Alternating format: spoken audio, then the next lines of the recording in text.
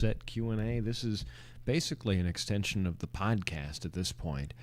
For those of you asking me to do more than my weekly Wednesday podcast, which I think I'm going to move to Thursday, I want to try out some different times. It's going to be the same podcast, just a different day.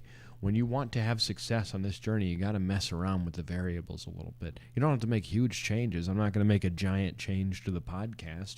I'm just going to do something slightly different. That's all, and I'm going to see what happens. See if I get a better outcome from it. It's not a huge time waste for me, nor effort, or anything like that. It's just a matter of, I just want to see what happens if I do it. Hey, Smitty, what's going on? Glad to see you. Hello from Canada. Hey, from Texas. Glad to see you. Popping over to the Instagram stream here. Hey, everybody on Instagram. I'm glad that you're popping in. Glad to see you here tonight. Spider-Man. Smitty beat you to it. My issue is late night snacking. Like tonight, I had half a bag of gummy bears. First off, good choice. Gummy bears are delicious. Second of all, I don't often hear about people having 2 in the afternoon binges. It's not like, it's 2 in the afternoon again, and I just can't stop myself. It tends to be when we're not working. It tends to be when we don't have a lot of things that are being demanded of us or asked of us. Most of us aren't at work. So we're looking for a little bit more stimulation at night. We're looking for something to light up that dopamine receptor in our brains, or at least keep us busy. It's right now in Central Time, it's 11:10. So if it's tonight and you just had it, maybe it's time for you to sleep. Perhaps it is time for you to sleep. And you don't need to be up right now. I mean, right now would be a perfectly reasonable time for me to be sleeping. What about you guys? Living the dream, gotta be Spidey. Hey, Bailey, what's going on? Hey, and we have Heather here. Heather, I just want to give you a quick shout out with my voice, how proud I am of you for doing all the scary stuff that you did recently. I'm very, very proud of you. I know just how far you've had to come to get to where you are. So if everyone wants to give a quick shout out and congratulations to my friend Heather, I would appreciate it, and I'm sure she would too. What about emotional eating? So, what about it? You want to know how to stop it? You want to know how to slow it down? Is that what it is? Are you looking for a diet plan? Looking for an exercise thing? Something like that? Because that's not what's going to work for emotional eating. You have to solve the emotion. That's what it is. When there's a fire, we go and put out the fire. We don't walk into another room so we don't see it anymore. That's what dieting is. So you've identified the root cause. You've identified that it is emotional eating. A lot of us, we go to diets and we go to weight loss for things that would be better served by therapy. What emotion are you trying to eat right now? What happens right before? Trace it. Go back through your steps as if you were trying to find lost keys. Start from the beginning, from where you are now to where it started, and try to figure out how it began. For me, a lot of the time it was frustration. I would eat out of frustration. I would eat out of procrastination. That was a big one for me, I just simply don't want to do the thing that I'm doing right now. So I would eat because it was a lot easier to trick my brain into assuming that I had done something. By the way, Instagram, if I miss your comment, it's not because I didn't want to read it. It's because I didn't see it. I'm hardly able to see all the comments that I get on Instagram through all of the join notifications. So if you'd like to get your comment read for sure, pop on over to the Twitch or YouTube stream. Speaking of YouTube, I better pop over to YouTube and see if anybody's over there, because I don't want to miss that. Let's read on technical difficulties. Hold on. Good Lord, I'm about to lose all the Instagram viewers. Anytime I pop away for half a second, Instagram just dips completely. Not Twitch, though, because the Twitch people actually want to make a change. We're okay with things not happening immediately. Also, Mike, horribly insulted by you. It's 5:10 a.m. Well, you definitely should be asleep, unless you just have an early morning where you're waking up super early. Mike, I'm on later than usual. Yes, I am. Giving it a shot. Just like I was saying before, I'm not sure if anybody caught that, but I'm thinking about putting my podcast out on Thursdays. Why? Just to see what happens. I don't know what happens unless I try it. And if it doesn't work, or it's the same, or I don't like it, or it's better, there's only one way to figure that out. Everyone's being so nice to Heather. I love that. I started thinking about other things to get joy from other than food, and I realized I didn't have any hobbies or things I did for fun. That's a huge one right there, and sort of a terrifying realization. One of the reasons we turn to emotional eating in the first place, because we don't want to face the fact that we kind of don't do anything else. I was really good at eating. I was fantastic at eating. You could put me up against Joey Chestnut, and he doesn't seem to be fazed by it. I was fazed by it, but I could pop it back for sure. So good for you, trying to find things to do with your time. You're just trying to trigger those dopamine receptors. I'm not telling you not to. I'm just telling you to find better ways to do it. If you're a night owl like I am, I don't usually come on this late, but I am awake this late most of the time. Heather knows that because we had a call once late at night. You're the latest I've ever taken a call. For me, it's like an itch I need to scratch sometimes, like you just need that thing to eat. Okay. Yeah, trust me, I get that too. To this very day, I get that. And I have to talk to myself a little bit and say, why is it that this is happening? Why am I looking for an itch to be scratched? Because there's no itch. When I try to identify it on my body somewhere or in my mind, I can't really pinpoint. With an itch, the itch is gone. But when I emotionally eat to scratch that emotional eating itch, it doesn't change anything. I'm never satisfied afterwards. I just want to keep doing it. So clearly I'm itching. I have an itch on this side of my head, but I'm itching over here. And I'm like, why is it not going? And then I'm digging into my neck until it bleeds. That's kind of what we do. Nothing triggered a binge for me like frustration or humiliation. Still working on that, but it's much better. Felt. This is going to be another shout out to Instagram really quick. If I miss your comment, it's not because I didn't read it or didn't want to read it. It's because I didn't see it. So if you want to get your comments read for sure, come on over to Twitch and YouTube. I would love to see you there. I started swimming classes and couldn't get out of the pool by myself because of my weight. They had to put on the ladder and everyone was looking. I'm feeling really sad about that and I don't know how to deal with this. So my friend Chris Terrell, give me a shout out in the comments if you know who Chris Terrell is or you've heard me talk about Chris Terrell before. He started his weight loss journey. He was 298 pounds, I think. He was just rounding the corner to 300. And his brother, who was, relatively in shape, he was a runner and he's what you would consider to be in decent shape, told him, like, hey, you don't have to do a lot. This doesn't have to be an intense effort. Just commit to moving 20 minutes a day for, 3 days a week. And that was what he did for a long time, 20 minutes a day, 3 days a week. And the reason I mention this is because he started at 298 pounds, barely able to do much of, more than I could when I was as heavy as he was. And he started in the pool. He would go to the YMCA, he would get in the pool, and he would spend 20 minutes in the pool just doing laps. That was it. That was the whole thing. And now he's lost 125 pounds. He's kept it off for years. Just like I have. I lost 110 pounds and have kept it off for years. And him and I just ran a 5K last week together. It's a slow process. You're going to start by feeling like, shit, I can't really get out of the pool right now. Until you learn how to get out of the pool. You have to start somewhere, and no one that is doing better than you will ever criticize you for doing what they had to do to get where they are. I certainly won't. Nor will anybody in the community. In our free Discord community. If you are looking to surround yourself among people who are just like you, including Smitty, including Spider-Man, including Bailey, if she's still here with us, the Discord is a wonderful place to do that. It's just a bunch of people who are doing the things that you would like to do, achieving the things you'd like to achieve, and being kind while they do it. Everybody's kind about it. How old am I? I'm 30. I'll be 31 this year. Hey, Mike, I have a specific question. Of course I have time. This is a whole question and answer. Mike is saying itch so much it's making me itch. See, now I've got an itch in the back of my head. Don't make me start mentioning yawning, or mention that now you can feel your tongue in your mouth, and now you're breathing manually, and now you're uncomfortable in your chair. The power of suggestion is awful, isn't it?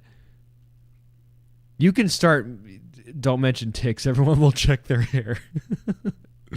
When I say that now you can feel your tongue in your mouth. Now you feel your tongue in your mouth. Everybody, tell me if you don't. You're like, well, no, I'm still breathing manually. I'm not thinking about it anymore. I'm not timing my breaths. When you are constantly thinking about not overeating or thinking, well, I can't think about food. I can't think about food. You're going to think about food, and it's going to keep compounding into something that becomes a binge. Stop making me aware, Mike. Well, this is what you're doing to yourself all the time. Everybody who's constantly thinking about food or trying not to think about food or trying to distract themselves from food specifically, you're just making yourself think about food more. Sorry, that was an important exercise. You guys needed to hear it. And now next time you think about food, you'll think, well, fuck, I'm thinking about it. I don't want to think about it. Frustration and anger triggers my I need to be productive button. Oh, that's good. Frustration and anger triggered the opposite for me. It was always like, well, fuck it. I guess I'm just this always. I may as well do the one thing I'm good at, and that's to shove my face full of food. Critical says, should I remake my schedule? I am in high school. To incorporate a late night / early morning run / walk, or do late / afternoon runs and walks, but I don't get home until 6-ish, and I might interrupt homework. First off, I must say, depending on your age, get advice from a trusted adult or a professional in your life. Don't get your information from the internet. I'm just a guy, and I don't know what I'm talking about. So please bear that in mind in your formative years as you're finding good information. While I do tout myself as a source of decent information, or at least self-aware information, I don't know you specifically. So find a trusted figure in your life that can guide you a little bit more closely. That all being said, I don't want you to stretch yourself thin. That's for sure. If this is going to add extra stress to your life, then maybe avoid it. But if you can do it in a way that feels good, go ahead and do it. Just make sure you're not overexerting. You don't have to overexert to be successful here. I'm not in a chair. Well, good. Then maybe you're laying down, or maybe you're walking. You know what I'm talking about, though. That's why I mentioned the breathing and the tongue thing. That's why it is. Mike, I start college in October. Well, congratulations to you. What are you going for? What's your study? What are you going to be doing? He doesn't know what he's talking about, and we're all here for it. That's what I keep telling. I've never tried to make it clear or try to convince anybody that I know what I'm talking about. I start my podcast by saying I don't know what I'm doing, and I talk about it from the perspective of, hey, my name is Mike Needs a Plan. I still need a plan. I don't know what I'm doing, and if you're living your life right, you shouldn't know what you're doing either. A quote I love is, you are not your bad days, or you're not what they made you out to be. Oh, that's great. I'll often say that your internal voice is not written in your handwriting. Because it's not. It can bounce around in your head until it starts to sound like you. That all being said, it didn't come from you. No one comes out hating themselves. I don't believe that. Hi, I have mild cerebral palsy. My dominant hand is my left hand. My weak hand is my right hand. To help my disability, I've started taking boxing classes 3 times a week. My biggest problem right now is getting into a control rhythm and control. Any advice or tips at Mike Needs a Plan. Well, I must start this again by saying I'm not a doctor nor a professional. So I will assume, that this was done in tandem with your doctor, somebody who is more aware of your condition and can inform you on what you should and should not do. That all being said, I know that if you really can't do it, you'll slow down, which would be my main advice. I can use my 5K from last week as an example. I've got a heart condition and breathing troubles. This is the medal that I won. And my friend Chris Terrell was like, hey, you going to run this thing? And I had no intention of running it. I didn't want to. I'm because of my heart condition. I'm nervous. I really haven't. I've never ran a straight mile in my life. And he told me, he's like, just do what you normally do. Check in with yourself. You don't have to do everything all at once. You don't have to keep going. If you really don't want to. I'm trying to get this to sit right. It's just simply not doing it. If it's not working out, you just slow down. Stop. Don't worry about it. And so I did. And so I went through the race not worrying about it, checking in with myself, but still pushing myself maybe a little bit further than I think I would have otherwise. And I know, especially with something as limiting as cerebral palsy, what you feel that you're capable of or what you're told you're capable of is certainly limited, and what you are functionally capable of is increasingly limited as the time goes on. So I'm really proud of you for doing something that's good for you, that feels good. I would imagine you chose boxing because you like it, not because it was prescribed to you. Like, well, you have to start boxing. Like, you just thought that was the thing that you wanted to do, so you did it. You're going to be more inclined to stick with it because you chose it and like it. So I love that you're choosing something that feels good, as far as I can tell. And hopefully you're doing it in a way that's conducive to your goals. So good for you. My advice is to go slow. Check in with yourself. Check in with somebody who's more aware of your condition, for sure. Lady Rosalind says communications with a specialty in public relations. Oh, cool. As soon as I say something terrible, I'll probably need you to come and clean that up. I'm trying to fit the walks and runs in that I already do more perfectly. What do you mean more perfectly? Do you mean like harder or more intensely? Well, what is perfect walking or perfect running? Hey, Ken's here. Ken, by the way, I'm thinking of doing that 100-pound podcast here soonish. I'm working on building the audience up first. It's been a while since I posted a podcast, so the audience is fairly scarce. Has anybody here heard the Mike Needs a Plan podcast? Is that part of your listening to the week? Does that help you out at all? Or do you even know that I have a podcast? I know it's hard to have eyes on you like that regarding your weight, but you won't ever stay there forever, or when you're choosing yourself to be in the right place, as welcome as this, Pinky Promise. Spider-Man, by that means our friend who had a little bit of trouble getting out of the pool, but more importantly, went in the pool and decided to move and exercise and feel good. That's what's important. Doesn't matter if you have a hard time getting out. You got in there, which was arguably harder, wasn't it? It was hard to pop in there and be like, well, am I going to even get anything productive, or am I just going to float? So what? If you were to go in there and completely just float, you're still moving. You're still doing something else. You're going to get out of the pool and have moved muscles that you don't normally move from walking. Sean says, I've seen the first few episodes you guys put out, but nothing recently. So the episodes that I've been putting out lately have all been solo episodes, but I may have gotten whispers that an interesting podcast between me and Chris Terrell may be dropping here shortly. And by interesting, I mean that it's been sitting in a vault for a year. Yeah, so it's not an updated podcast. It is one that has sat in the vault. No one's ever heard it. I haven't heard it in a year, and I'm going to go back and listen to it and give my thoughts on it now after being a coach for a year and experiencing what I've experienced in the year. And now that me and Chris are good friends, it'll be interesting as a retrospective to look back on it. It's all I listen to on loop. You're starting to invade my subconscious. Good. That's what I want. I've started to hear that there are some people that anytime they start feeling bad about themselves, they'll hear my voice in the back of their heads, and that's a huge honor to me. How do you manage to have more self-control when you were starting / a bit further into your journey? How does one maintain that? So you're talking about food, I'll assume, right? It really, this is something that I would need to speak with you like one-on-one about, but like I can give you a couple of sort of disjointed examples on how I started to gain a little bit more control.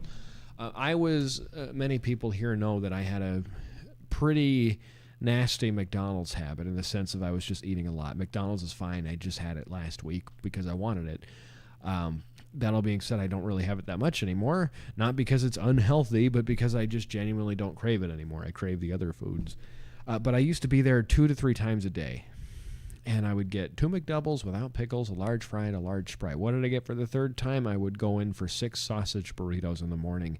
And then when they started doing that all day, they had all-day breakfast for a few years, I could get those 6 sausage burritos anytime I wanted. 6 was the number because I was like, how many can I have before I'm physically ill? At a certain point, you can only have so many eggs. So that's a CAC right there.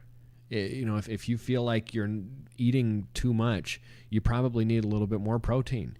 Start your day off with some protein. I start pretty much every day off with 2 eggs, with some other stuff as well. But there's 2 eggs involved, and that happens to be the amount that just keeps me full for several hours.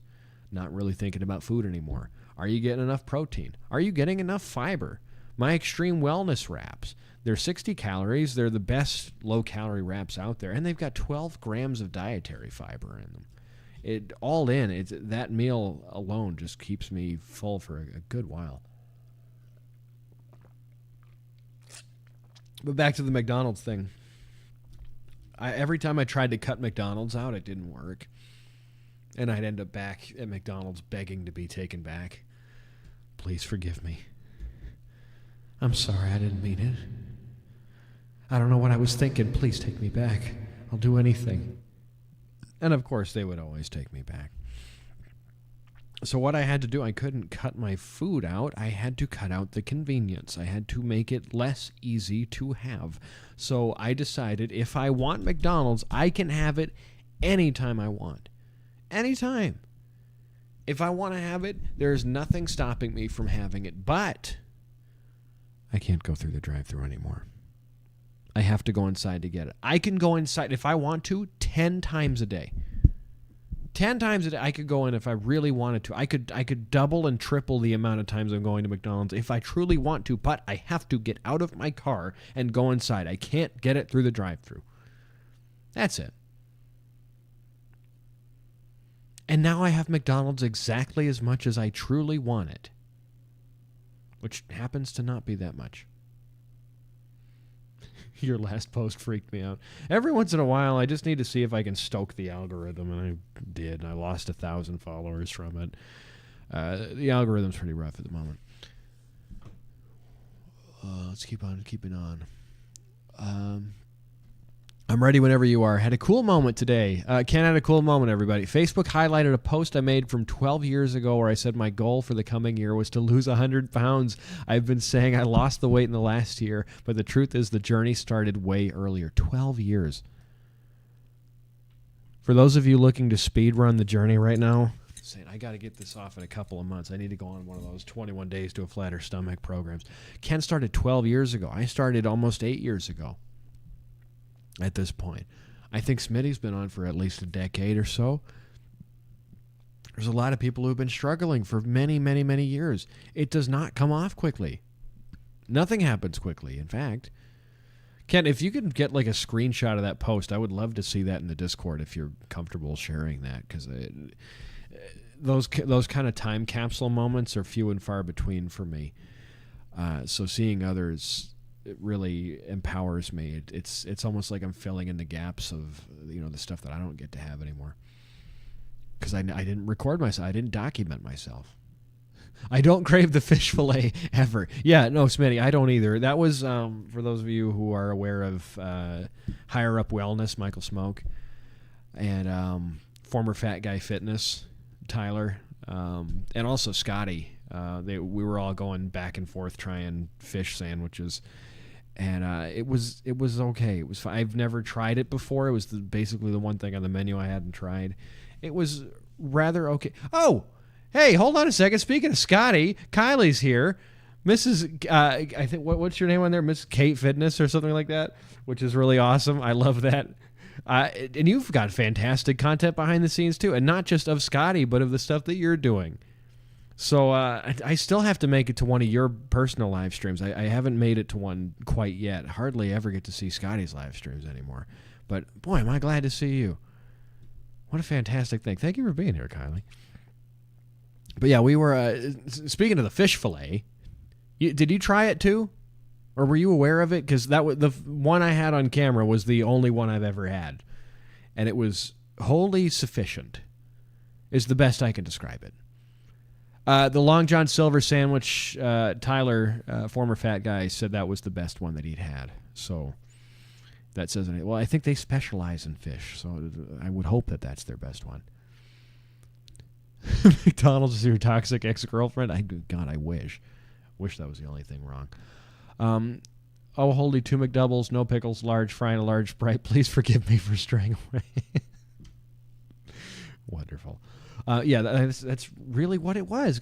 I had such a terribly toxic, awful relationship with food, and some people deny the existence of a relationship with food, but I think those are people that don't struggle like we do.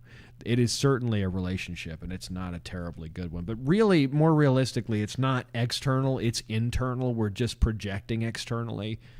But it's a little bit easier to picture when you put it outside of yourself, and you're like, well, how am I reacting to this thing in front of me? You know, the food isn't calling to you. Food noise isn't real. I think we all know that. And we're maybe in varying stages of accepting it, but food noise isn't real. It's more so like, you know, what am I choosing to do in this moment? When your brain encounters a tie, it breaks it. Every time. When you are presented with two options, your brain 100% of the time chooses one of them. Figuring out why it is that your brain goes with one over the other is vitally important in healing your relationship with food. Why is it that when the options are, I'm going to eat a shit ton of food, or I'm just going to have a single serving of this food, you go with the shit ton of food, when you know that afterwards you're going to feel like shit? I don't even enjoy overeating anymore because I simply do not enjoy the feeling of being stuffed beyond my gills. It feels terrible. So that alone sometimes will stop my monkey brain from binging. Just being like, I don't want to be sick. I've spent enough of my life being sick. How much more of my life am I going to spend being sick by eating food that I didn't really want? Why is it that my brain is trying to break the tie by saying more? Keep eating. Keep trying. I don't want it. Mike, I can only be consistent for about 4 to 5 days, and then I binge or give up. I feel like if I could make it to the 2 to 3 week mark to see some results, I could stick to it, but I end up resetting on a weekly basis. Been stagnant for about a year now. How do I get over the initial hump? Thank you for that question. This is a very important one to me, and one that I've been working on trying to solve universally for a very long time here. And the best answer that I've come up with, and I think a lot of people who are with me most nights are going to know what I'm about to say, visit Wyoming. That's the name. I couldn't read that at first. The blue was kind of standing out at me. The way that you go about this is by committing to a tiny change that doesn't feel like anything. What if I told you that the only change that you have to make this week is that you go to bed an hour earlier? Maybe even that's too much. You have to go outside and walk for about 10 minutes. That's it. You have to find 10 minutes in your day, and every day you do that. And you go and say, I don't want you to change a single other thing. You can eat as much as you want, as long as you want. I don't give a shit. 10 minutes every day, you just go outside and walk. You going to stick to that? Is that going to be something where you're having to fight willpower to stop? Or to start, rather? Make an easy change. Whatever it is, just make it easy. When I find that people are giving up very quickly or falling off or going back to binging, they're usually going in 100% really, really quickly, really, really hard. They're saying, I'm dedicating my life to fitness. I'm changing everything around today. I have to fix all of the problems that I had now. The problems that have taken years to accumulate, I need to fix now, in this moment. Of course, you're going to fall off in 5 days, 4 to 5 days. Of course, you're not going to make it to the 2 to 3 week mark because it sucks doing it that way. It's not a great way to do it. So I would like to invite you to make the smallest change that barely feels like anything. And, well, Mike, what kind of change am I going to make if I do that? What kind of change are you going to make if you keep doing things the way you're doing them right now? Because right now you said that you've been stagnant for about a year. Sounds like it's time to try something different. And if that just means you're walking for 10 to 20... By the way, if you go out for 10 minutes, you can do 20 minutes, and it's not going to be that big of a deal. You'll honestly lose track of the time. Put on a good podcast. Put on the Mike Needs a Plan podcast, available every Wednesday on Spotify and Apple Podcasts. Just get lost in something. Have a good time. Don't worry about it. And then next week, you just add a different thing. Hey, I want to try to hit my protein this week. It took you a long-ass time to get here, didn't it? Took you quite a bit of time to get to a point where you had to ask a random stranger on the internet how to fix this. You may as well ease into the next chapter. Give it a shot.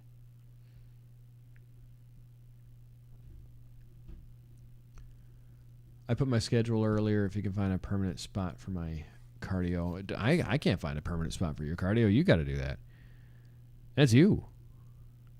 Where does it fit for you? There's no optimal time to do it. The optimal time to do it is when you'll do it. If you're putting it in a time slot that you are constantly giving up or finding excuses not to take, then that's not your time slot. You're not lazy. You're not just shitty and wrong. It's just, that's not your time slot. Move it somewhere else. That's it. You grew up on fish fillet sandwiches on Fridays because I was raised Catholic. I just never tried. I wasn't, so I never tried it.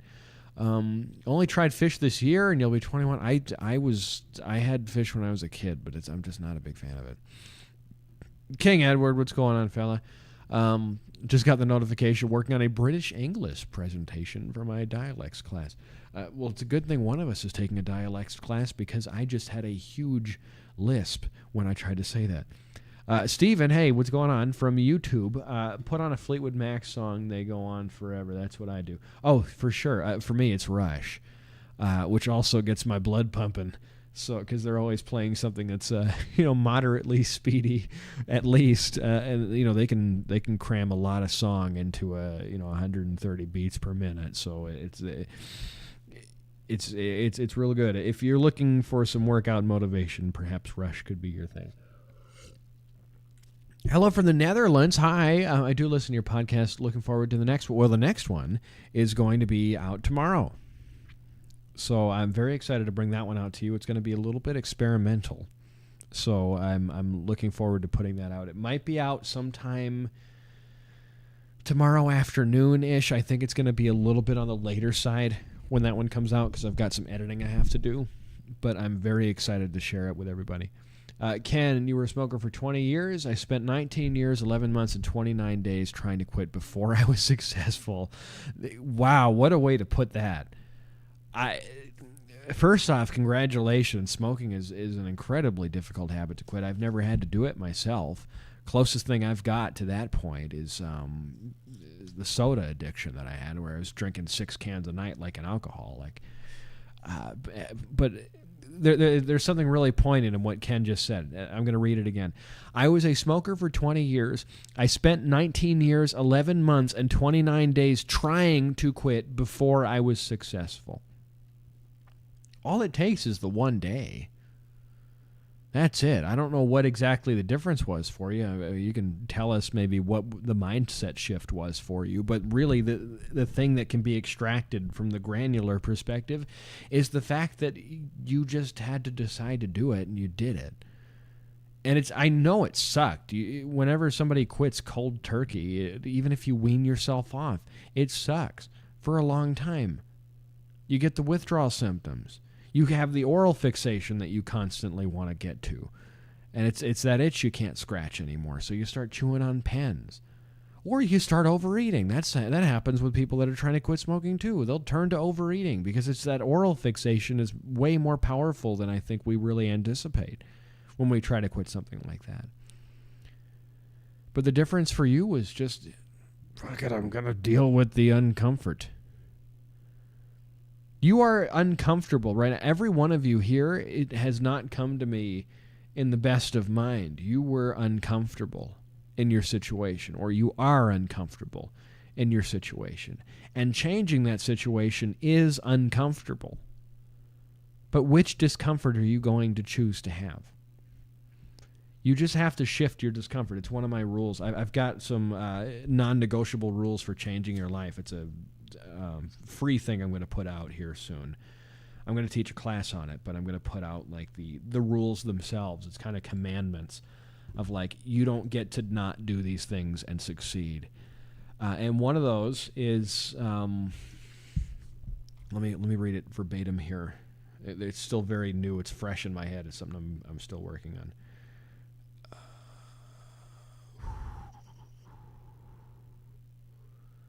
Maybe I'll even tell you a couple of other rules. Some of you have heard rule number 1, which is you don't get to finish this journey without pissing somebody off. That's the big one. I put that first because a lot of us are where we are because we're people pleasers. And you're tiptoeing around people that, quite frankly, don't give a shit about you. So, rule number 1: you don't get to finish this journey without pissing somebody off, and it's not going to be the person that you want to piss off. But the rule that I'm talking about here is you have to reassign your discomfort. You're already accepting discomfort in your current situation. Pissing someone off for your own benefit might be the way out. I'll read that again. You have to reassign your discomfort. The law of thermodynamics. You are going to maintain a certain level of discomfort always. It's just a part of being in a capitalistic society as a human being who lives here. There's going to be discomfort. There's going to be disappointment. Which discomfort and disappointment do you want? Do you want the discomfort and disappointment from people around you that have quite honestly not given a shit about you in a long time and are just constantly demanding and asking and asking and asking and asking and demanding and asking and pissed off when you don't do it? Or do you want to keep disappointing you, where you got to come and talk with a stranger at 11:45 Central Time? Though I'm sure in the Netherlands the time is a little bit different. But that all being said, who do you want to make uncomfortable? Because you already know that you being uncomfortable sucks. You may as well shift it onto somebody else. Well, that's not fair to them. I can't make them uncomfortable. That's not fair. Why is it fair that you have to shoulder the burden of all of your discomfort? Why is that okay? Do you not too deserve comfort? No, of course I don't, because I can just handle it, because I'm tough, because I'm me, because I'm Ken, because I'm Spider-Man, because I'm Steven, because I'm Bailey, because I'm King Edward. Our friend from the Netherlands, I do not want to butcher your name. If you could tell me how to pronounce it, I would love to pronounce it correctly. Bailey said it best. Why are you the exception? Which is something I said. So Bailey said it best the way I said it best. Why are you the exception? And that was a video in which I spoke about how to, why do you talk to yourself the way that you do? Because you shouldn't. I have trouble sleeping. I've tried everything, including meds and exhaustion. I don't know why. I should be asleep now. Well, one thing you're doing right now is looking at your damn phone. Put it away. I know. I listen to videos when I sleep. I can't really sleep in silence. So just kind of getting lost in like a long video that's just playing off to the side can really be helpful. I took a melatonin before I got on here because I'm like, I want a hard out at a certain point. I want it to be like, shit, I'm tired. I should probably go. I tried like a million methods to quit smoking, Ken says, but ultimately I had a job that didn't let me go out to smoke, and the job was more important to me than the cigarettes. Interesting. What job is that it didn't allow you to go outside to smoke? Because most jobs, when you're a smoker, you just get a bunch of free breaks at work. So I often tell people that, hey, you're a smoker now. You get to go outside anytime you want and smoke, and no one's going to say shit about it. For whatever reason, you have to have a cigarette in your mouth if you want to have 15 breaks at work.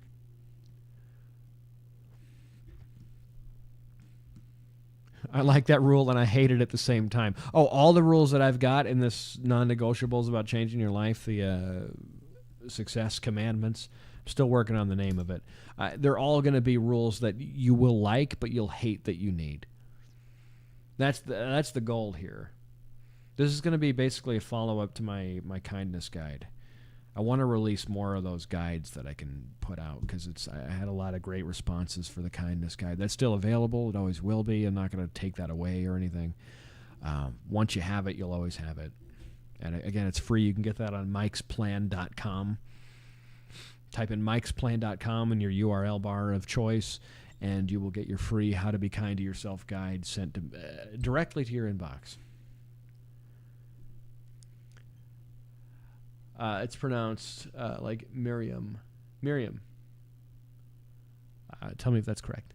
I like letting Bee and Puppy Cat play in the background because that show is so chill and sweet. Well, there's a good one right there. I don't know what that is, but that's your comfort one right there. Take it. If you find something that makes you comfortable at night, it could be something that you watched as a kid. That sounds like a younger person show, which it's probably has a really calming atmosphere to it. I really enjoy watching old episodes of Mr. Rogers. Well, all the episodes are old now.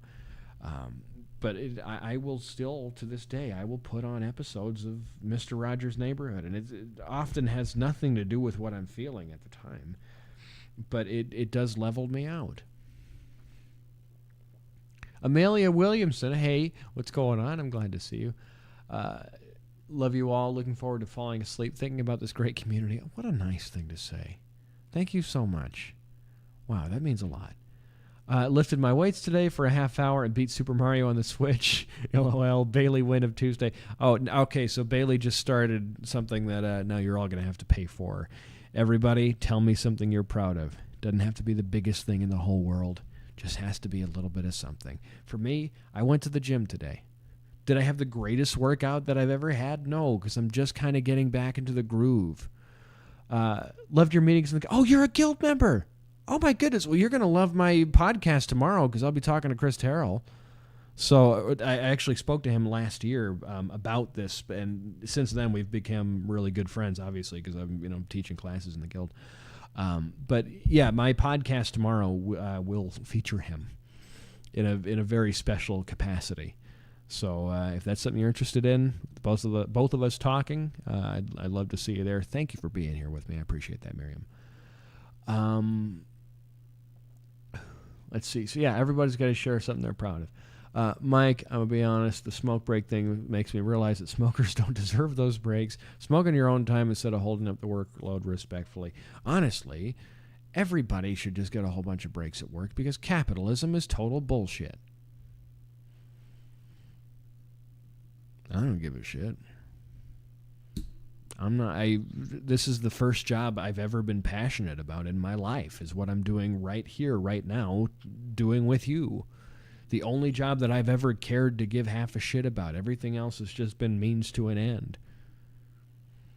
If they can't get stuff done while I go out and be a human being for 15 minutes, they haven't hired or scheduled enough people. Not my problem.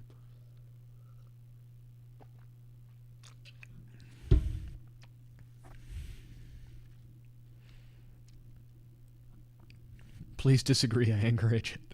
I know. I think everyone deserves more breaks. I think the 40-hour work week, at a certain point, the 40-hour work week was a blessing because it was replacing an 80-hour work week that was basically just tantamount to slavery. Things have changed since then. We've gotten more efficient. The 40-hour work week is starting to slip. Most of you are not working just 40 hours. You're working much more than that. We need a change for sure, and if that includes just a bunch of fucking breaks, so what? Amelia says, I'm proud that my legs don't hurt when walking long distances anymore. That was huge for me. That was a really big... There was a period of time where I couldn't really walk much more than a half mile without any trouble. They don't deserve it because they smoke. Yeah, I think everybody should get it. It's specifically... because they smoke that they get to go outside like that doesn't make a lot of sense to me. I think everyone should get those breaks. It's definitely a strange custom for certain. Moving over to Instagram very briefly, because I actually do see 2 comments here. Normally I don't get to see the comments. Ella Bella Italiana, I like that name a lot. Struggling with knee pain because of my weight. Did you have knee pain? Did it get better after weight loss? So I had a large growth spurt when I was in my teens. I went from being very short to being 6'3" fairly quickly, and I think my back's just been hurting ever since. That all being said, aside from joint pain that I still have, my mobility has definitely improved. I used to not be able to bend over and pick things up. Anytime I dropped my car keys, I'd have to stop halfway down to be like, to catch my breath. So that's definitely improved for sure. My old boss burned out the back room in my office by discarding a lit smoke into a plastic bin. Jeez. Awful. I'd hate to work there. Proud that I got to listen to you this morning. I'm proud that I shared some of my food today instead of eating it all myself. My dad enjoyed it, and it gave me a happy feeling. You would not have been in a position where you were satisfied had you eaten everything. Volume does not equal enjoyment. Quantity does not equal enjoyment. And I know, especially in the States, we've been conditioned to believe that more volume equals more enjoyment. But if that was the case, I wouldn't have a job right now. Because no one would be trying to solve it. You're proud of being able to leg press 330 pounds. Geez, I don't want to get on the wrong side of your legs. I might have some trouble. Don't want to get in a fight there. Incredible. Wow, wonderful. Do you know if the knee pain is because of damage, because of the weight? I'm so afraid of this. Well, there's 2 ways to find that out. One, definitely go and speak with a doctor about that. If you're having concerns in that capacity, definitely speak to someone who knows a little bit more than what they're talking about than somebody online. That all being said, yeah, again, I definitely have an easier time moving around.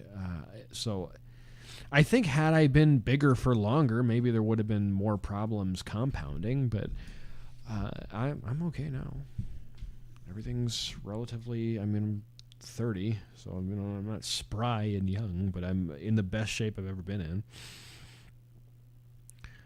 Let's see. Proud that to go up a couple of flights of stairs doesn't completely knock me out anymore. That's major. That is super huge. I'm really, really proud of you because that's still to this day I have a little bit of trouble. But that's because I got some breathing issues. Steven is proud I meal prepped for the week for the most part yesterday and caught up on all my homework. Nice. Good for you. There should be a movement break like when we were on the stream or calls. I would sign that petition. Okay, everybody, this is something that Bailey was present for a few days ago. Somebody was asking like, well, I can't get a workout in every day because I've got a bunch of kids or whatever. I don't remember what the circumstance was. But I was talking about very easy ways to get movement in. And I was talking about the fact that I'm doing laps around my kitchen island while I'm waiting for water to boil. And sometimes when I'm here at my desk, I'll just get up and move around, especially when I'm talking on the phone. I'm always on phone calls. I will just pace around my apartment. That's not a workout as many people would claim it to be, or not to be rather, but it is movement. And because of it, I've kept my weight off for several years and I've not gained it back. So we take movement breaks because it builds up over the day. If you take 5-minute movement breaks 10 times, that's 50 minutes. And you get to break up the monotony of your day. It's a great way to do it. As someone trapped by nicotine addiction, thanks, Bailey. I'm not overweight, but my legs and joints have always been weak, so it's been a journey. You'll get there. Just like I said before, my pain has definitely improved. But as Ken was saying before, as someone trapped by nicotine addiction, I don't blame it on the smokers. I would prefer we just shut down the tobacco companies and stop selling cigarettes everywhere. Completely agreed. Yeah, I just like, when I'm talking about Ozempic and GLP-1s and semaglutide medications, I'm never talking about the people who are taking them. Ever, ever, ever, ever, ever. Never. At all. Not once. I'm never criticizing the people who take the medications because there's no reason to. I'm criticizing the doctors that prescribe it to people without telling them what they're being prescribed or what they're going to have to do to make sure that it continues to work. I'm criticizing the people online with affiliate codes where you can get a GLP-1 medication online without a doctor's approval. All you need is the money to pay for it. And you just use some schlub's affiliate code like me or some, like, imagine if I was selling medications online. I have no need nor right to sell you a medication. So I don't. Anytime a medical question pops up, what's the first thing I say? Talk to your doctor. But there is companies like Henry Med. I'm just going to start naming them because I've got the emails, and it's a common thing. You find them everywhere. They reached out to everybody, and they're like, hey, here's some money to sell GLP-1 medications online. Be part of the affiliate program. And it's putting incredibly powerful medications in the hands of people that don't really understand that they're going to have to make lifestyle changes. It's meant to be a tool to make those lifestyle changes easier. That's all it is.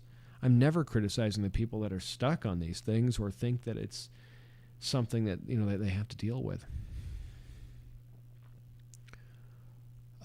Mikey being 6'3" still utterly distorts my entire worldview. For whatever reason, anyone who's ever met me in person or recognized me in public has been like, oh, you're taller than I thought you were. And I'm like, I don't know if I give off short guy energy or what. Oh, hey, Mom. My mom's here. Everyone say hi to my mom. Oh, push-ups are hard. Yeah, they are. Push-ups are really hard. You still can't do one full push-up, but I can go lower now than before, so I'm proud of that. Okay, so then guess what? A couple of weeks from now, you're going to go up. And then a week after that, you're going to go up and then down. And then you're going to go up again. And then up and down and up and down and up and down. And then you're just going to keep going and compounding, and it's going to be great. And like Bailey said, push-ups are hard. Really, really hard. We should take a few turns around the room, as dear Aunt Jane would say. Very demure and mindful. By the way, you just made me say those two words for the first time ever. I have not said that yet. So you just, you broke me there. Same, I walk around my kitchen island nonstop while I'm working. Because I work from home now. I have to. Otherwise, I'll drive myself crazy. I need enrichment in my enclosure. I'm loving the mini revival of the Austin-esque traditions in modern culture, like spilling the tea and all that. Oh, I didn't know that's where that originated. I was not aware. I almost got put on the injections, and I asked them about how I could maintain afterwards, and the line went silent. I love shutting them up. Because there's no afterwards. That's not part of the plan. There are some doctors that are prescribing it, and they do set you up with a personal trainer or a dietitian, somebody that is going to be conducive to your goals. But some of them are like, well, fuck it. If we cure you, we lose a customer. What do you mean? What do you mean afterwards? You're going to be on this medication for life. You're supposed to be on this forever. No, you're not. It's a tool that you use to get to forever. Honestly, I considered that for a while. At our local gay pride parade a while ago, it was promoted everywhere. Oh, what? Were they promoting GLP-1 medications there? God, it's like there are 2 countries on the planet where you can advertise prescription medications recreationally. Not as in for recreational use, but like just out in the world, like on a billboard or in TV advertising or on phones. And that is the United States and New Zealand. And in New Zealand, there are a couple of restrictions on what you can and can't talk about. In the United States, none of it. So functionally speaking, we are the one country on the planet where that is allowed, where you can even do that, where you can make an advertisement for a medication. Because everywhere else, it's not about money. It's about, hey, we should probably use the medication to help people. I'm not telling you that GLP-1s and Ozempic and all that are evil. I'm telling you that the way that it's prescribed is evil. The people who are prescribing it and just giving it to everybody and saying, well, fuck your needs and fuck the things that you need and fuck the way that you're going to be going about this later on and fuck the life that you're going to live because stay on this medication. That's all. Don't worry about it. Take the medication. Don't think about it. Here, take these needles and come back to me in 6 months when it stops working. That's what I'm mad about. I'm not mad about the people who are taking it and trying to use it to live a better life. Ozempic or the knockoff companies, Henry. Yeah, it's... they went on a... Polar Panda, hi. Glad to see you. I'd love for you to come over to Instagram or YouTube so that I will definitely see your comments every time you leave them. But yeah, there's no reason for us to be talking about prescription medications in popular culture. It's in our music. There's a whole genre of music that's just dedicated to talking about all the drugs that we have. And that's the cool thing for kids to be consuming at the moment. And it's, this is where I start to sound like a boomer. Oh, the kids and their music, but it's like it's just because it's not my cup of tea, so to speak, that doesn't mean it's bad music. But if there's something where you're talking about, or promoting the usage of drugs in that capacity, I can't get behind it. Wait, Mike, is it harder for you to see Twitch comments? No, it's not hard for me to see. I see all the Twitch comments. I don't see all of the Instagram comments because it's buried in all of the people who join, even if it's for half a second as they're scrolling. I see their name. So the comments get lost. That's why I'm trying to get people to move over to Instagram and Twitch, because I will always see those comments. I don't always get to see the Instagram comments. Mary Joy says, a very similar thing happened to me. I asked them what it did and how sustainable it would be after I was off of it, GLP-1 medications. They said it would be a continuous medication and refused to elaborate on the side effects. Needless to say, I did not accept.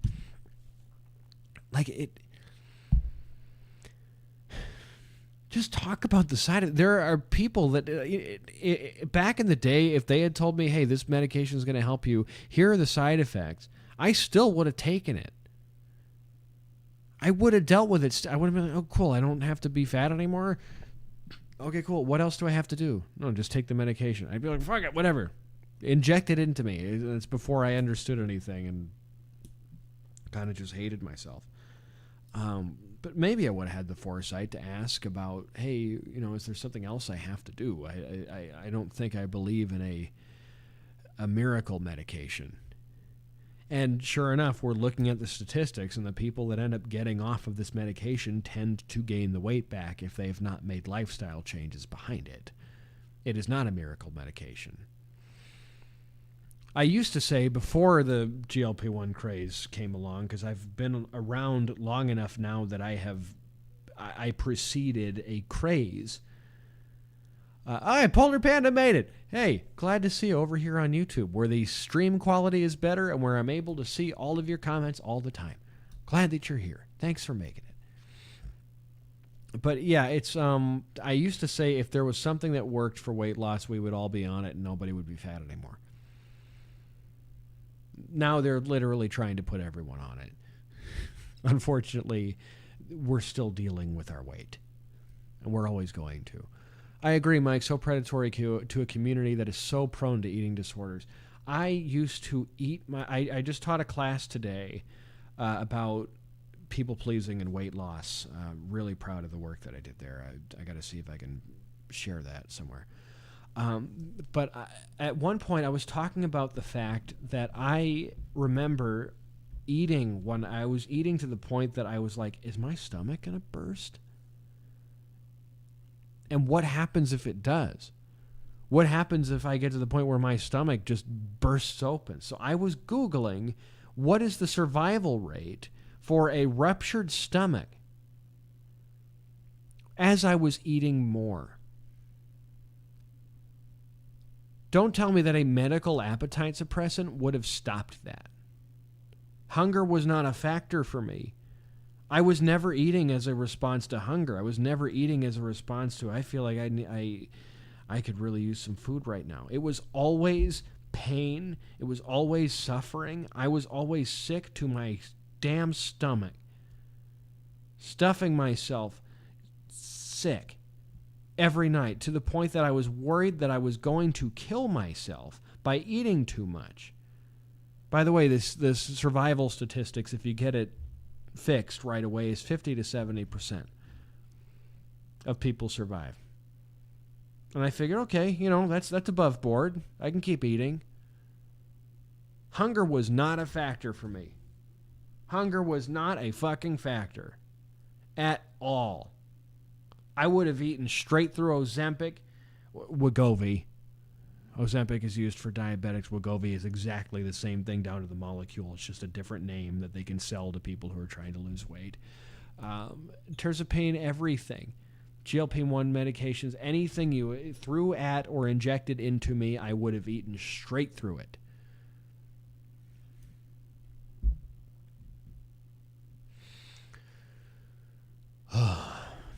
And you got a dietitian I see every 5 months, and then they really only repeat the same rehearsed speech and ask me if I've been making lifestyle changes that I had no advice on. Yeah, the information that certain doctors are giving out, they gave to like a college intern to write out in 1973, and they've not updated it since. They're still using like the old food pyramid where it's like, here, have 8 loaves of bread every day. Because the wheat industry lobbied to have that on the bottom of the food pyramid. Here, have you had your 4 servings of pasta yet? Like, that crazy shit. The worst part about GLP-1s to Ken is actually meant for diabetics, and they're having trouble getting it because so many people are taking it for weight loss. And that's not the fault of the people that are taking it for the weight loss. That's the fault of the doctors who are erroneously prescribing it to everybody instead of addressing the reasons why the weight was there in the first place. They're always saying like, "Hey, we've got to deal with this. Take the injection." Like, they're not worried about where it came from. They're not worried about how it started. They're just like, take the needle. Mike, this is slightly off topic. That's okay. Don't worry about it. But do you have any tips for not worrying about looks and more about function? I'm struggling because as a woman, I feel like I don't look like a desirable woman. First off, hello, I don't feel like a desirable man, even to this very day. I don't know when that's going to change. I'll tell you that much. But I've never been particularly desirable. So that lives in my head, and that's part of my self-esteem and the way that I look at myself. But I'm to the point now where I don't give that much of a shit about it. I'm more concerned with the fact that I feel fulfilled in my life. That if anybody valued me solely for looks, I wouldn't want them around. Just as I don't want people around me that only want what I can provide to them. I am a wonderful provider of emotion and what have you, everything. And I try to give everything I can, but I am not interested in having people in my life that don't give that back. So, you deserve more than that right now. You deserve a whole lot more than that. By the way, the melatonin is hitting, so I'm going to be out of here in a couple of minutes. Bailey says, the most useful advice I've been given was from this group alone and the coaching earlier this year. I always say, I'm not my own type. Who wants me will show up. Oh, that's interesting. Very interesting. This isn't an eating disorder related, but how do you deal with addiction? Whether it's purging or a porn addiction, how do you not relapse? So it's a matter of trying to figure out what it is that you're trying to placate. Because if it worked, if the emotional eating worked, if the porn addiction worked, you would be satisfied when you were done. But instead, you've got 300 tabs open, and you don't particularly want to watch any of them. Or you've got a whole bunch of food in your house, and you don't particularly want to eat any of it. It's more so the idea of I get to choose something, or I get to indulge in something. What itch isn't being scratched? And when I ask you this, I'm not expecting an answer right now, because if you could get an answer that quickly, you wouldn't have had to ask me the question. You're going to have to dig deep and figure out what your trigger points are. What is it that you're thinking about when you start to indulge in these less than desirable habits, whatever they might be for you? Backtrack it like you're trying to look for lost car keys. You got to say, okay, well, how did I get to where I currently am right now? I'm going to go a step back and figure out how I got there, then a step back and figure out how I got there, until you get to where you want to be, or you figure out how you got to where you don't want to be, if that makes any sense. But by the way, Polar Panda, that's definitely on brand for sure. There's hardly ever questions that aren't. Instagram, I got to mention again, if I missed your comment, it's not because I didn't want to read it, it's because I didn't see it. But I did see this one. Urge surfing helped me to stop purging. Sit with the urge to purge and wait a few minutes. Extend the time. The urge goes away eventually. Oh, that's great. I like that. I like that a lot. You sit with it for a little bit. You sit with the discomfort. I talked a little bit earlier in this stream about shifting you have to reassign your discomfort. Right now, you're about to be uncomfortable with the decision that you were about to make. So we've got an option here. We can choose that familiar discomfort, or we can choose a new discomfort, which is, I'm not going to indulge the thing that's about to happen right now because I know it's going to make me uncomfortable to do it. In turn, I will be uncomfortable now, but I will spare myself of the longer discomfort later. And it's going to feel awful for a little bit because you're not used to it at the moment, but you will get used to it, just as you have, and it sounds like you have if you're to the point where you're dropping that awesome wisdom on an Instagram stream at 12 in the morning. You've definitely been doing that, so good for you. Let's see. Let's keep on going.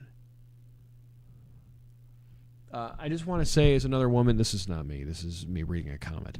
When I got rid of social media, the type where you would scroll for hours, I feel better about everything. And also because of half-naked women all over, even if it's for someone who doesn't look for it. Yeah, none of that's real, by the way. There are people that just get photoshopped for a living. All of your fitness influencers, unless they're people that are in my sphere, they're probably just posting thirst traps all day, and they think that's somehow motivational or inspirational or something. Look at how in shape I am. Look at how hot I am. And it's like, that's not even how a real human being looks. They photoshopped the shit out of their waists and their abs and everything. They added shadows. They added more definition. They're flexing.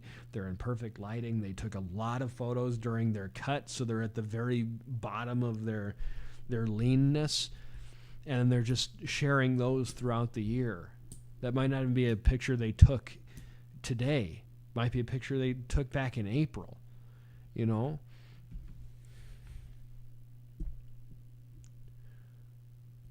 Everybody's being so nice to each other in the comments. I love that so much.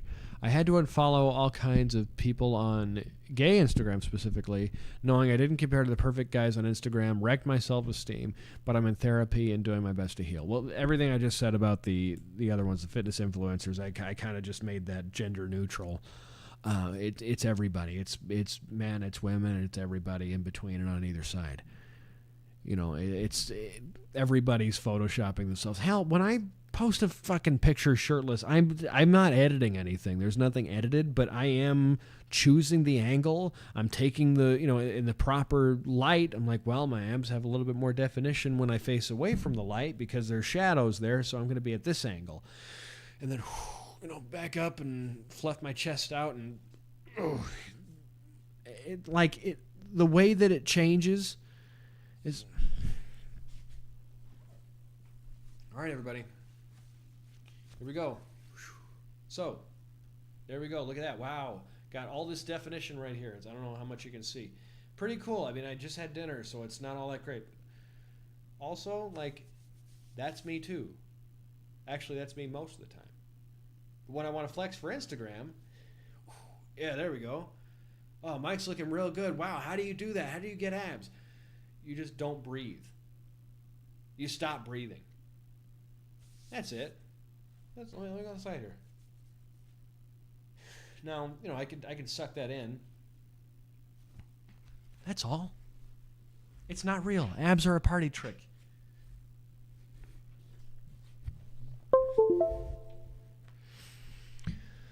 Whew. See, even just doing that gets me out of breath. Like that in itself is an exercise. You did 16 minutes on the treadmill. Bad knee pain, but praying as I did it. Only God can save me and my body. Well, it sounds like you're also saving your body. I think it is you in tandem with God. Give yourself a little bit of credit, too. He built you to do it. Keep doing it. I'm just going to start photoshopping myself as a rat and tell him this is the new standard. Oh, that's great. This is the unrealistic body image standards are killing us. Absolutely killing us. Speaking of killing us, I'm at the point now where I'm fading fast from this melatonin. Abs are a party trick is crazy. They are. No one looks like that. Nobody. I do. No, you don't. Nobody does. That's not how a human body looks. Ever. If somebody has abs out in the wild, they're either super lean or they are flexing out in the wild. And I'll tell you how I know this, because I'm fucking guilty of it. When I took my shirt off here in the summertime, both this year and last year, when I did it for the videos, I was flexing. You didn't see that part of it because I'm just filming from here up when I did my thing. I was flexing for all of the people who might see me, so I wasn't letting my gut hang a little bit. Everybody looks like that. There's even social media influencers who will post a picture without flexing / filters to show the real body and then proceed to show fake pictures again. Like, why? Well, first off, the first pictures where they show the real body is also fake.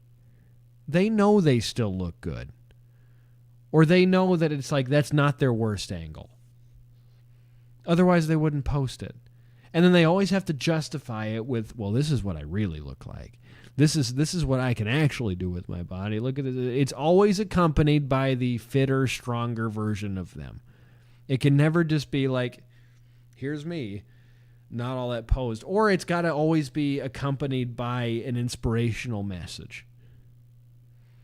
It's always an inspirational message of like, you can look like anything you want to look like. It's like, fuck you. You've never had to lose a single ounce of weight in your whole goddamn life. Ever. You've never struggled with an eating disorder. You've never struggled with body dysmorphia. You've never struggled with shit. Don't you fucking tell me about body positivity. Gain some weight and get back to me.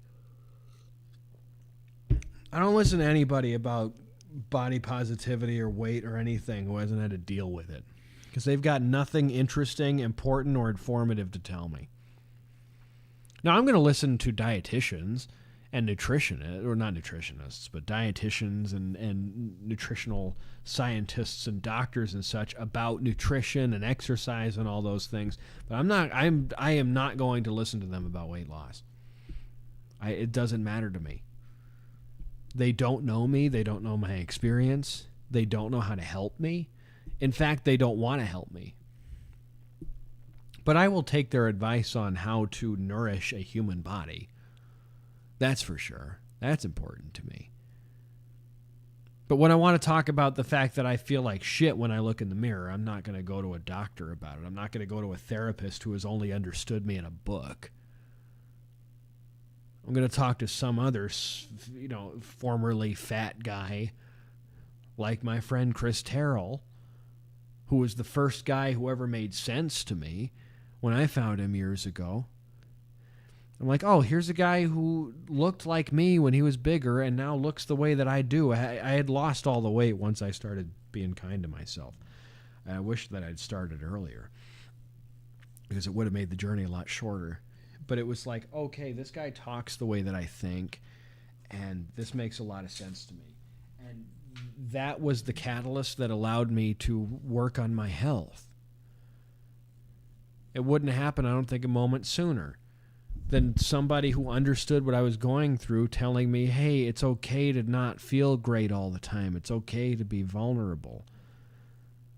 It's okay to be open about this stuff. And here are things from a no bullshit perspective. Here's another perspective on, hey, you don't have to gain and lose and gain and lose and gain and lose weight. You can just kind of stay exactly where you are. But Chris, I don't want to. Why?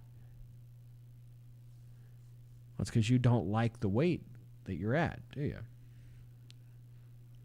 Well, you don't like the up weight. You don't like the down weight. So why not try where you are right now? Figure out if you can do it. That was life-saving for me. I was going to say life-changing, but life-saving.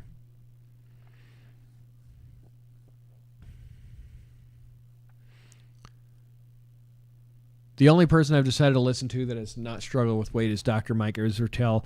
Even then, I was very skeptical at first. Yeah, he's a great source of information. Him, Lane Norton is another good one. Neither of them, as far as I know, have ever struggled with losing 100 pounds.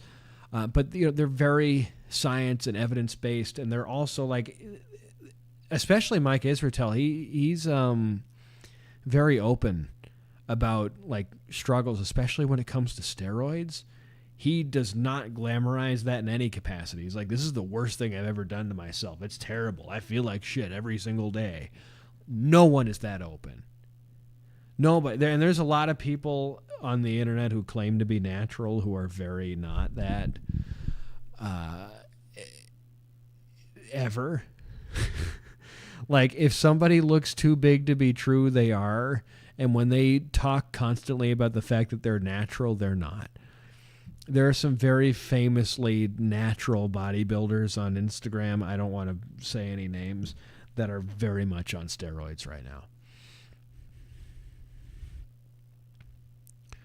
Fucking love Mike's stand-on weight loss. Everyone always thinks the skinny guy is so hot, but put someone chubby in a better fashion sense, no one bats an eye. The moment someone becomes chubby, I swear to God. Yeah, for me, I've sort of just been, I guess, sexually inert to those around me for the entirety of my life. Like when I was 265 pounds and when I was where I'm at now, like it's been exactly the same. But I will tell you that I do receive more respect. I am telling the story of 265-pound me. He was dealing with all the stuff that I am working through now. And he was very brave for choosing to do something about it. But if he had come on here and he had filmed a video of himself crying in the woods and talking about, hey, you need to be kind to yourself, and the struggle is, you don't deserve to have this struggle. Everyone would call me a fat ass and they'd tell me to starve myself. But because I'm skinny, because I look to be what someone would consider successful or in shape, I am largely believed. Which is why I constantly have to tell people and correct them in the sense that, hey, I don't know what the fuck I'm doing. I'm not a professional. I'm not a dietitian. I'm not an exercise scientist. I'm just a friend who gets it. And I've got an obsession with research and I'm very well read on these topics. I'll never give medical advice, but if it was an apocalypse situation, I could probably give some pretty decent advice. But I won't, because I'm also just not that interested in doing that anyway. But it's also not right to do it because I don't fucking understand it. I stay in my lane. I don't talk about things I don't know. We could all stand to do that. Anyhow, I gotta get to sleep. King Edward is correct. I'm a little faded right now from the melatonin, which is great because sometimes I take the melatonin and it doesn't work. Tonight, my speech impediment is coming back a little bit, so I know that it's working. It's definitely working. I promise it was a melatonin gummy, not the fun kind of gummy that I wish I could get in Texas. I promise if I was on that kind of gummy, I would tell you. But we don't have them here. When I move to Colorado, I'll have them all the time. All right, everybody, if you've not joined the mailing list, you've got a chance to get my email newsletter tomorrow, you go to mikesplan.com. I send one out every Wednesday with some tips or stories, motivational messages, whatever it might be. You go to mikesplan.com, you can get that. You will also be notified of when my podcast goes up. And you'll get any sort of relative news that is in the Mike Needs a Plan universe. If you join the Discord page, if you're not in the Discord page already, I answer a Discord question every week. I may end up answering a few next week rather than just one. So get your questions in, because we've been getting a good number of questions. I would love to answer them. I would love to hear you out and talk about what it is that you'd like me to talk about rather than just assuming. Because I'm at the end of I'm past the end of my journey. I'm disconnected from the grind. So I need the conversation from people who are at different parts of their journey so that I can be better informed and I can teach things a little bit better than I maybe could if I was just saying, well, this is what you need to know from the perspective of someone who knows everything. I don't know shit about shit. But you do. So let me know in the Discord channel in the podcast questions section of the Discord. I'd love to see you there. And if you don't have a question, you just want to hang out, be immersed among people who are just like you, achieving the things you'd like to achieve, doing the things you'd like to do, come hang out with us. You are not only invited, but you are more than welcome. And I would love to have you. Thank you for being with me again, everybody, old and new.